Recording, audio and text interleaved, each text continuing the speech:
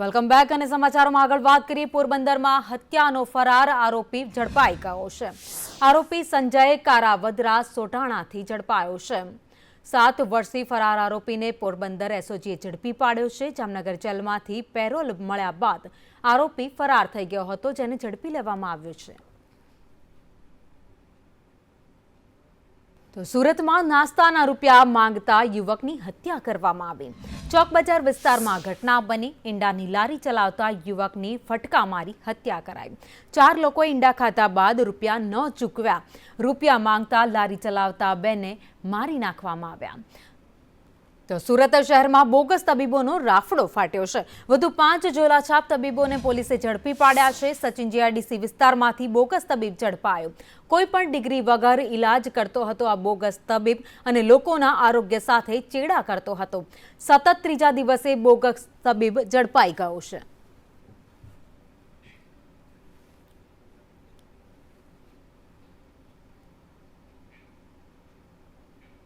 સુરતમાં વધુ એક બાળકીની દુષ્કર્મના ઈરાદે છેડતી કરવામાં આવી। 76 વર્ષના નરાધમે આ બાળકીની છેડતી કરી છે। સાયકલ ચલાવવાની લાલચ આપી રૂમમાં લઈ ગયો।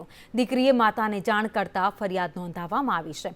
પોલીસે વોચમેનની ધરપકડ કરી વધુ તપાસ હાથ ધરી।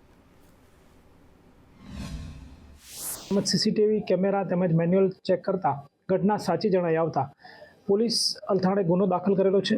સદર ગુનાની તપાસ પીઆઈ શ્રી ડીડી ચૌહાણ ચલાવી રહેલ છે અને આરોપી હરી ઉર્ફે હરિકાકા રામજી દત્રોડે ઉંમર વર્ષ 76 નાઓને ધોરણસર અટક કરેલ છે।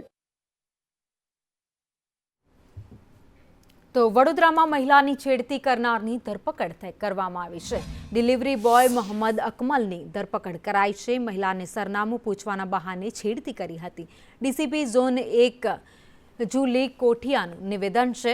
8 જાન્યુઆરીએ મહિલાએ ઓનલાઈન ફૂડ મંગાવ્યું હતું। સરનામું પૂછવાના બહાને મહિલાની છેડતી કરી। લક્ષ્મીપુરા પોલીસ મથકે ફરિયાદ નોંધવામાં આવતા જ આરોપીને દબોચી લીધો।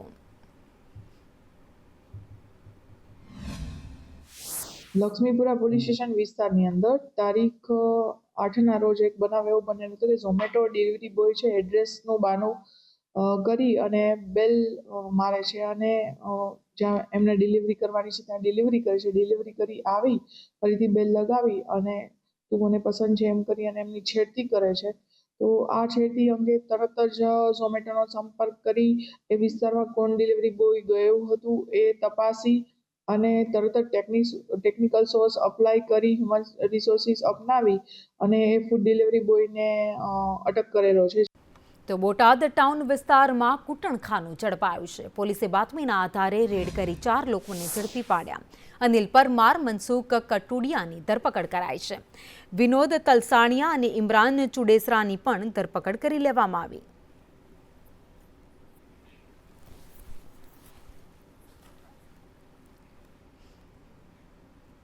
તો ડાંગ જિલ્લામાં ગરફોડ ચોરીના આરોપી પકડાઈ ગયા છે। નવાગામ મોરબી કોટિયામાળમાં ચોરીને અંજામ આપ્યો હતો। કુખ્યાત ચામઠા ગેંગ હોવાની શંકાને આધારે તપાસ હાથ ધરાઈ। એલસીબીએ દાહોદથી 2 આરોપીને ઝડપી પાડ્યા। પોલીસે મુદ્દામાલ રિકવર કરવાની પણ પ્રક્રિયા હાથ ધરી છે। ગુનામાં સંડોવાયેલા 4 વોન્ટેડ આરોપીઓની તપાસ પણ ચાલી રહી છે। સાપુતારા પોલીસની ટીમને જે રીતે ઇન્ફોર્મેશન મળી છે તે ઇન્ફોર્મેશન એમણે દાહોદની પોલીસને પણ શેર કરી હતી। તો દાહોદની જે પોલીસ છે, દાહોદ જિલ્લાની પોલીસે એ પૈકી 2 આરોપીઓને પકડી લીધા છે। એ બંને આરોપીઓ જે છે એના નામ છે અવિનાશ ચામઠા અને ભગીરથ ચામઠા। આ બંને આરોપીઓ ચામઠા ગેંગના મુખ્ય સૂત્રધારો છે। એમની પાસેથી મોટરસાઇકલ અને બીજો 20,000 રૂપિયાનો મુદ્દામાલ પણ સીઝ કરવામાં આવ્યો છે। તો બોટાદના ચકચારી મિલ માલિક પુત્રના અપહરણ કેસમાં 6માંથી 2 આરોપી ઝડપાયા છે। આરોપીને કોર્ટમાં રજૂ કરી પોલીસે 7 દિવસના રિમાન્ડ મેળવ્યા। આરોપીઓની તપાસ દરમિયાન 50 કરોડની ખંડણી માટે અપહરણ કરવામાં આવ્યું હોવાનું સામે આવ્યું। જે ભદ્રાવાડી ગામના જે મિલ માલિક છે વિપુલભાઈ નંદલાલભાઈ શેખ, તેમનું ગત તારીખ 28/12ના રોજ અપહરણ છે તે કરવામાં આવ્યું હતું।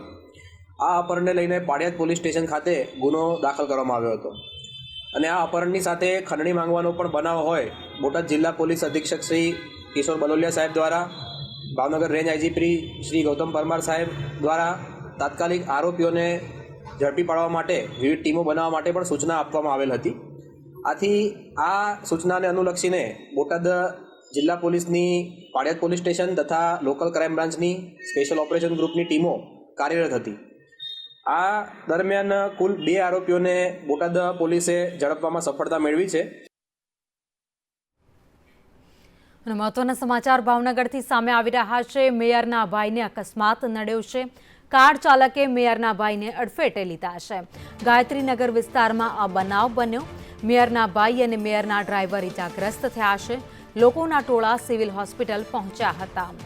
તો ભાવનગરમાં અકસ્માતની ઘટના સામે આવી છે, જેમાં ભાવનગરના મેયર તેમના ભાઈને અકસ્માત નડ્યો છે. તેમના ભાઈ અને ડ્રાઈવર બંને ઇજાગ્રસ્ત થયા છે. ઇજાગ્રસ્તોને હોસ્પિટલ સારવાર માટે ખસેડવામાં આવ્યા છે.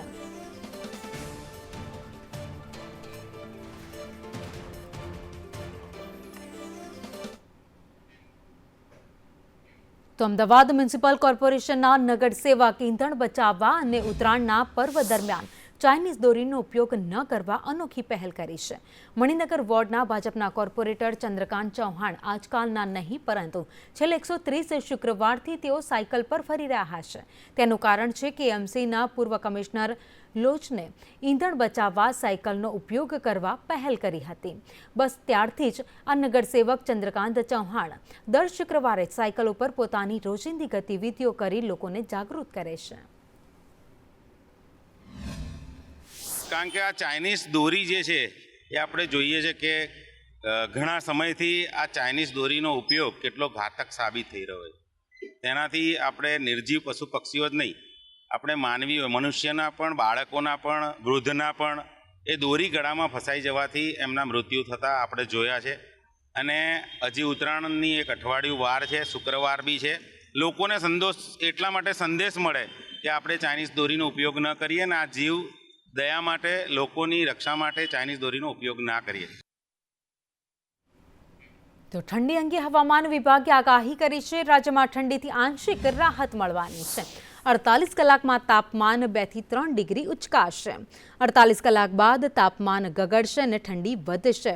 સાયક્લોનિક સર્ક્યુલેશન હોવાથી તાપમાન ઉચકાશે. પવનની ગતિ 10 થી 15 કિલોમીટર રહેવાની સંભાવના છે.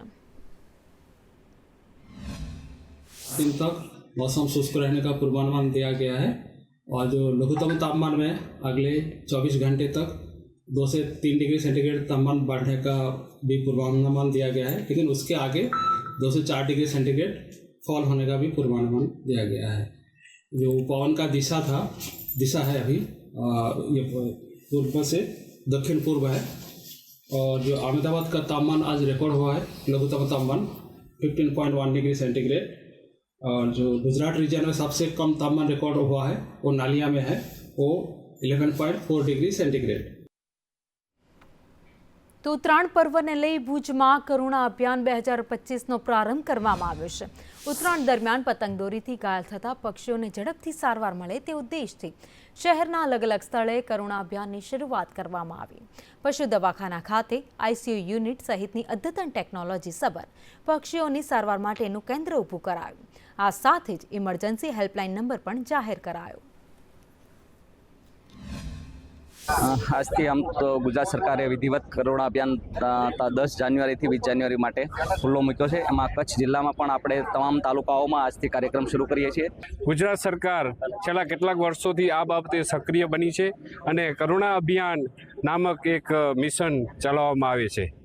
કચ્છ જિલ્લાનો સ્ટાર્ટઅપ પ્રોગ્રામ માટે જે ભુજ લોહાણા મહાજનને તક મળી છે એ માટે જિલ્લા વહીવટી તંત્રના આભાર માનવા સાથે આ અંગેની જે કેટલીક તૈયારીઓ કરવામાં આવી છે એની એક આછી રૂપરેખા આપીએ તો એ છે કે સરકારે જાહેર કર્યા મુજબ તારીખ 10મી જાન્યુઆરીથી 20મી જાન્યુઆરી સુધી એ મહાપર્વમાં પક્ષીઓને નુકસાન ન પહોંચે તે માટેની તકેદારી રાખવાની છે. તો પતંગ રસિકો માટે ખુશીના સમાચાર છે. ઉત્તરાયણ દરમિયાન ઠંડીમાં આંશિક ઘટાડો થશે. રાજ્યમાં ઠંડીને લઈ હવામાન નિષ્ણાંત અંબાલાલ પટેલે આગાહી કરી. અંબાલાલ પટેલની આગાહી પ્રમાણે ઉત્તરાયણ દરમિયાન ઠંડીના પ્રકોપમાં ઘટાડો થશે. તારીખ 14 થી 16 જાન્યુઆરી દરમિયાન રાજ્યના મોટાભાગના વિસ્તારોમાં ઠંડીની તીવ્રતા ઓછી અનુભવાશે.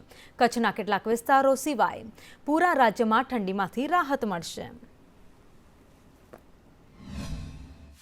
ઠંડીમાંથી રાહત મળી છે, પરંતુ તારીખ 14, 15, 16માં ઠંડીમાંથી એકદમ રાહત મળશે, જેમાં દક્ષિણ ગુજરાતના ભાગમાં ન્યૂનતમ તાપમાન 20 ડિગ્રી સેલ્સિયસ અને મહત્તમ 32, 33, ક્યારેક 35 પહોંચી જવાની શક્યતા રહેશે. 14, 15, 16, 17, 18માં રાજ્યમાં વાદળો આવવાની પણ શક્યતા રહેશે. ક્યારેક